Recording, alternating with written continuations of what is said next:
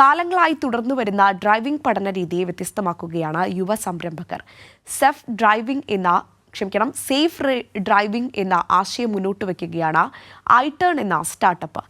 യുവ സംരംഭകരുടെ ഡ്രൈവിംഗ് സ്കൂളിനും ഐടേൺ എന്ന മൊബൈൽ ആപ്പിനും വലിയ സ്വീകാര്യതയാണ് ഇതിനോടകം ലഭിച്ചത്.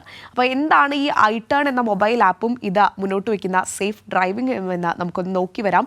ഈ റിപ്പോർട്ടോടുകൂടി ഇന്നത്തെ ഗുഡ് മോർണിംഗ് കേരളം ഇവിടെ പൂർണ്ണമാവുകയാണ്. ശേഷം സ്പീഡ് ന്യൂസിൽ ഇന്ദുലേക്ക് ചേരും. നമസ്കാരം.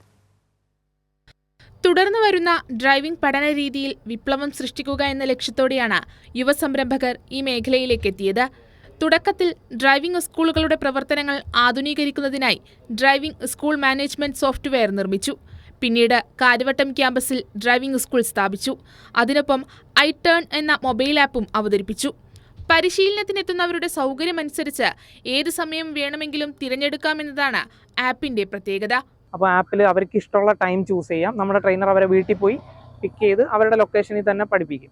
അപ്പോൾ ഐടേൺ എന്നാണ് മൊബൈൽ ആപ്പിൻ്റെ പേര്. അപ്പോൾ ഐടേൺ ആപ്പാണ് നമ്മുടെ മെയിൻ പ്രോഡക്റ്റ്. നമ്മൾ തന്നെയാണ് ഡെവലപ്പ് ചെയ്ത്, നമ്മൾ 6 പേര് ചേർന്നിട്ടാണ് മൊബൈൽ ആപ്പ് ഡെവലപ്പ് ചെയ്തിട്ടുള്ളത്.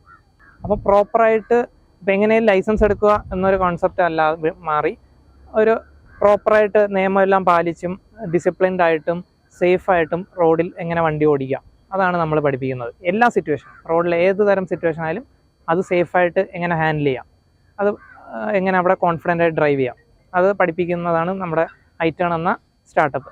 ഇതുവരെ 1000-ലധികം പേരെയാണ് ഇവർ ഡ്രൈവിംഗ് പഠിപ്പിച്ചത്. സെൻട്രൽ മോട്ടോർ വെഹിക്കിൾ നിയമം അടിസ്ഥാനമാക്കി പൂനെ IDTRന്റെ സഹായത്തോടെയുള്ളതാണ് പഠനരീതി. കാര്യവട്ടം ക്യാമ്പസിൽ അനുവദിച്ചിട്ടുള്ള ഗ്രൗണ്ടിലാണ് ആദ്യ ദിവസങ്ങളിലെ പരിശീലനം. സ്റ്റിയറിംഗ് ബാലൻസ് ലഭിച്ച ശേഷം റോഡിൽ പരിശീലനം നൽകും. പാരലൽ പാർക്കിങ്ങും ബേ പാർക്കിങ്ങും ഹിൽ സ്റ്റാർട്ട് തുടങ്ങിയവ പരിശീലിപ്പിക്കാൻ പ്രത്യേക ട്രാക്കുകളും ക്രമീകരിച്ചിട്ടുണ്ട്. കൈരളി ന്യൂസ്, തിരുവനന്തപുരം.